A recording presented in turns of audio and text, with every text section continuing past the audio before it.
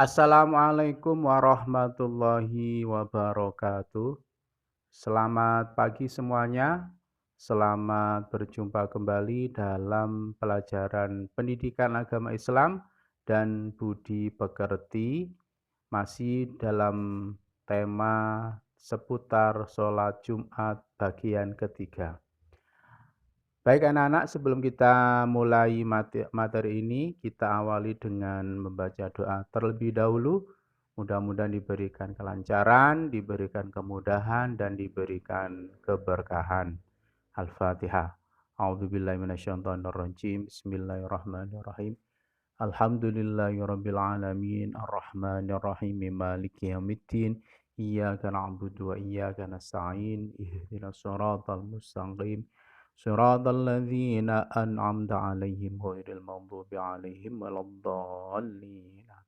Bismillahirrahmanirrahim. Raditu billahi rabba wa bil islami dina wa bi Muhammadin nabiyya wa rasula. Rabbi zidni ilma warzuqni fahma. Amin ya rabbal alamin. Baik. Kita hari ini akan bicara tentang syarat khutbah Jumat. Syarat khutbah Jumat yang pertama dilaksanakan tepat siang hari saat matahari tinggi dan mulai bergerak condong ke barat. Jadi ini syarat melaksanakan khutbah Jumat itu harus matahari sudah condong ke barat, tidak boleh pas di tengah-tengah ya. Ini. Yang kedua adalah khutbah Jumat dilaksanakan dengan berdiri jika mampu.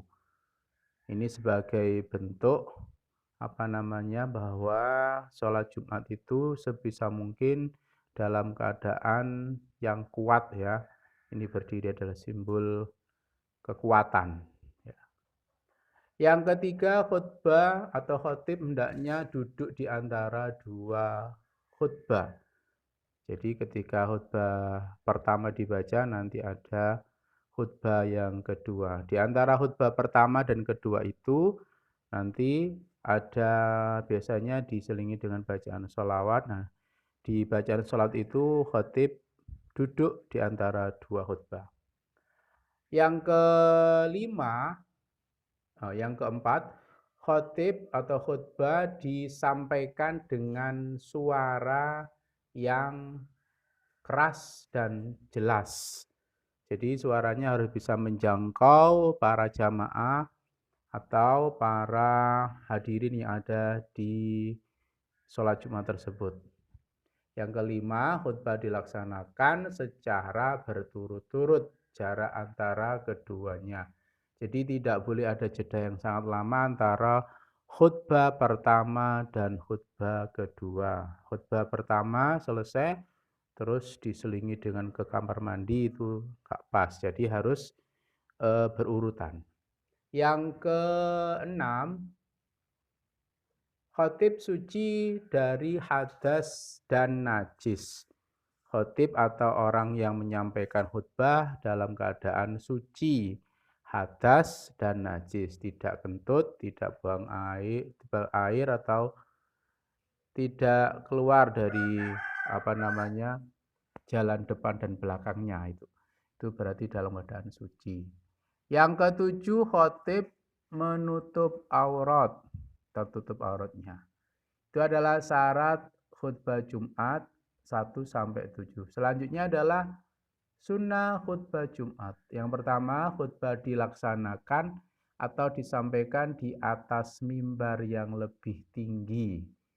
Kalau di masjid-masjid kampung mungkin belum ya, tapi kalau di masjid kota besar itu biasanya mimbarnya lebih tinggi daripada jamaahnya yang hadir.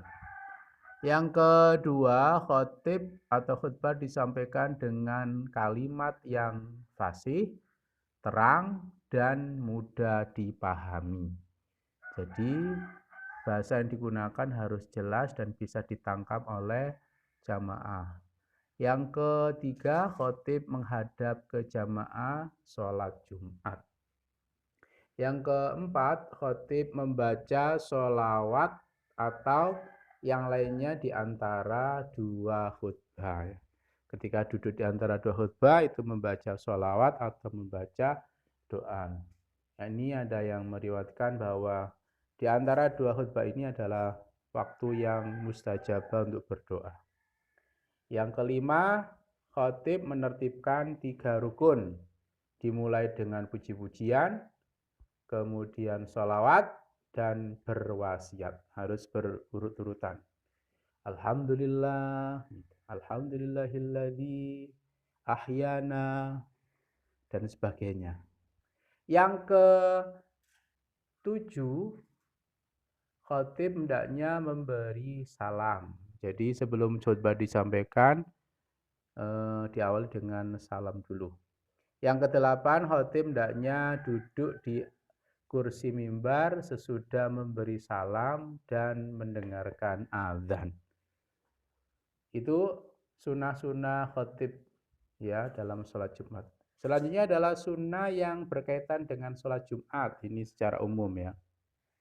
Yang pertama mandi terlebih dahulu sebelum pergi ke masjid. Jadi usahakan ketika menghadiri sholat Jumat dalam keadaan sudah mandi. Mandi ini termasuk mandi sunnah ya. Yang kedua adalah memakai pakaian yang bagus dan disunahkan berwarna putih. Kalau bisa ada pakaian baju muslim putih khusus untuk menghadiri sholat Jumat. Ini adalah sebagai sunnah untuk menghadiri sholat Jumat. Yang ketiga memakai wangi-wangian. Ya. Yang belum biasa harus dibiasakan memakai wangi-wangian ketika menghadiri sholat Jumat. Yang keempat memotong kuku, menggunting kumis dan menyisir rambut. Ya ini. Yang kelima menyegerakan pergi ke masjid untuk melaksanakan sholat Jumat. Tidak perlu ditunda-tunda sampai mendengarkan azan dari masjid. Sebelum azan itu dilaksanakan, kita sudah berada di masjid. Yang keenam melaksanakan sholat tahiyatul masjid atau sholat untuk menghormati masjid. Ketika sudah sampai di masjid jangan langsung duduk tapi melaksanakan sholat tahiyatul masjid 2 rakaat. Yang ketujuh membaca Al-Quran atau berzikir sebelum khutbah Jumat. Jadi sebelum khutbah Jumat silakan membaca zikir-zikir, sholawat dan sebagainya. Tapi begitu khutbah sudah disampaikan, jangan melanjutkan membaca zikir tersebut. Kita fokus mendengarkan khutbah. Yang ke-8 memperbanyak doa dan sholawat kepada Nabi Muhammad Sallallahu Alaihi Wasallam. Itu adalah sunnah-sunnah dalam sholat Jumat. Berikutnya adalah adab melaksanakan sholat Jumat. Yang pertama meluruskan shaf barisan. Yang kedua adalah ketika khatib sedang berkhutbah tidak boleh berbicara. Satu kata pun berbicara di saat khatib menyampaikan khutbah ini adalah mengurangi fadilah dalam sholat Jumat. Dalam sebuah hadis diriwayatkan oleh Abu Hurairah radhiyallahu anhu, Rasulullah SAW bersabda yang artinya, jika engkau berkata pada sahabatmu pada hari Jumat, diamlah dan khatib sedang berkhutbah. Sungguh engkau telah berkata sia-sia. Jadi kalau ada yang ingin ngajak ngomong, nggak usah diteruskan karena ini akan mengurangi fadilah sholat Jumat kita. Selanjutnya adalah hikmah atau hikmah sholat Jumat. Yang pertama adalah memuliakan hari Jumat. Apalagi ini adalah bertepatan hari Jumat. Jadi harus dipersiapkan betul sebelum menghadiri sholat Jumat.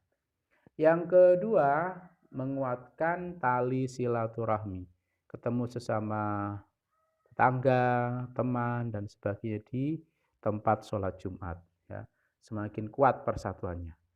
Yang ketiga, berkumpulnya umat Islam dalam masjid merupakan salah satu cara untuk mencari barokah Allah Subhanahu wa Ta'ala.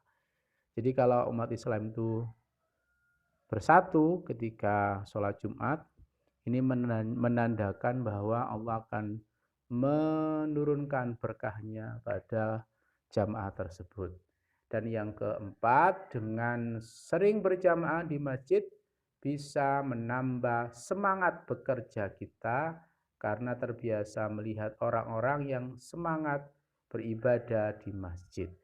Ini sebagai motivasi untuk lebih giat lagi dalam bekerja. Dan kelima adalah melipat gandakan pahala kebaikan. Kalau kita memuliakan hari Jumat, kita akan dilipat gandakan pahala-pahala yang banyak sekali ada di hari Jumat. Dan yang terakhir, membiasakan diri untuk disiplin terhadap waktu. Ini penting, bukan cuma di hari Jumat saja, tapi di luar hari Jumat kita akan terbiasa disiplin menggunakan waktu atau memanage waktu. Itu saja pertemuan untuk hari ini, mudah-mudahan bermanfaat. Mari kita akhiri pertemuan ini dengan membaca doa kafaratul majelis. Subhanakallahumma bihamdika asyhadu an la ilaha illa anta astaghfiruka wa atubu ilaik. Wassalamualaikum warahmatullahi wabarakatuh.